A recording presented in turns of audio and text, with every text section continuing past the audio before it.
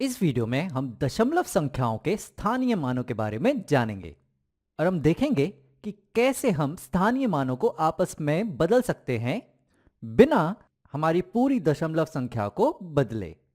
तो यहां पर देखो हमें क्या दिया गया है। यहां पर ये जो हर एक बड़े वाले वर्ग हैं ये एक पूरी इकाई को दर्शाते हैं। तो चलो देखते हैं हमें यहां पर ये क्या दशमलव संख्या दी गई है। तो यहाँ पर ये एक पूरी इकाई है, यहाँ पर ये एक और पूरी इकाई है, यहाँ पर ये एक और पूरी इकाई है। तो यहाँ पर कुल 1 2 3 इकाइयाँ हैं। तो मैं यहाँ लिखता हूँ यहाँ पर कुल हैं 3 इकाइयाँ।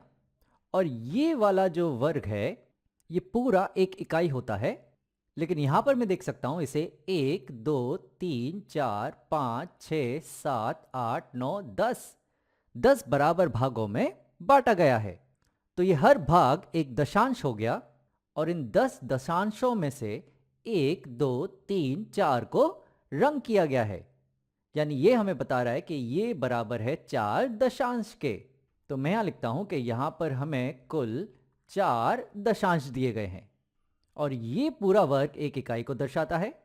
जहां पर मैं देख सकता हूं कि इसे 100 बराबर भागों में बांटा गया है। यानी एक भाग यहां पर एक शतांश को दर्शा रहा है और इसमें से 1 2 3 4 5 6 7 शतांशों को रंगा गया है।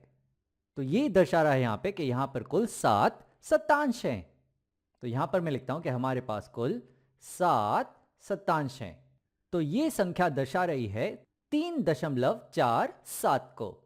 या मैं कहूं यह है 3 इकाइयां, 4 दशांश और 7 शतांश। या मैं कहूं यह है 3 इकाइयां और 47 शतांश। तो यहां पर मैं एक सारणी बना लेता हूं जो हमें इकाई, दशांश और शतांश के बारे में बताएगी। तो यहां पर हमारे पास 3 इकाई है, 4 दशांश हैं और 7 शतांश हैं। अब यहां पर हम आगे बढ़ते हैं। अब कल्पना करो कि इसी संख्या को हम चित्र के द्वारा कैसे दर्शा सकते हैं कि यहां पर हमारे पास 3 नहीं, यहां पर हमारे पास 2 इकाइयां हो और शतांश यहां पर हमारे पास 7 ही हो। तो यहां पर हमें दशांश कितने लगेंगे? तो चलो सबसे पहले हम इसी चित्र को यहां दोबारा बना लेते हैं। तो ये आ गया। अब यहां पर हमें 3 इकाइयां नहीं, हमें सिर्फ 2 इकाइयां चाहिए। तो हमें यहां पर ये 2 जो इकाइयां हैं सिर्फ यही चाहिए होंगी और ये तीसरी इकाई जो है ये हमें नहीं चाहिए। और ये जो शतांश है यहाँ पर ये भी हमें 7 ही चाहिए। तो इसमें हमें कोई भी बदलाव नहीं करना है, ये ऐसे ही रहेगा। तो अब जो ये एक इकाई रह गई और ये 4 दशांश रह गए, इन्हें हमें मिलाकर कुल दशांशों में बदलना होगा और इस तरीके से कि ये संख्या का जो मूल्य है ये ना बदले। तो यहां पर तो हमारे पास ये 4 दशांश हैं, पर यहां पर है हमारे पास एक इकाई जिसे हमें बदलना है दशांशों में। अब एक इकाई में 10 दशांश होते हैं। तो मैं एक काम करता हूं, इस एक इकाई की जगह ऐसी 10 दशांशों की पट्टियां यहां रख देता हूं। तो यहां पर मैं इस इकाई को बदल देता हूं, ये बदल गए 10 दशांशों में। तो जो मान है वो बिल्कुल नहीं बदलेगा। तो यहां पर जो कुल दशांश है वो कितने हो गए? वो हो गए ये 10 और ये 4। यानी ये जो दशांश हैं ये हो चुके हैं कुल 14। काफी रोचक था ये। तो एक और मैं उदाहरण लेता हूं यहां पर। मान लो कि इस संख्या को अब हमें दर्शाना है जहां पर हमारे पास 3 इकाइयां हों और 27 शतांश हो। तो हमें कितने दशांश चाहिए होंगे कि संख्या का मान ना बदले? तो यहां पर मैं जो हमारी संख्या है 3.47 उसे मैं ले लेता हूं। तो ये आ गई चित्र के रूप में। यहां पर हमारे पास 3 इकाइयां हैं और हमें 3 इकाइयां ही रखनी है। तो इन 3 इकाइयों को हमें बिल्कुल भी बदलना नहीं है, ये ऐसी की ऐसी रहेंगी, 3 की 3 इकाइयां।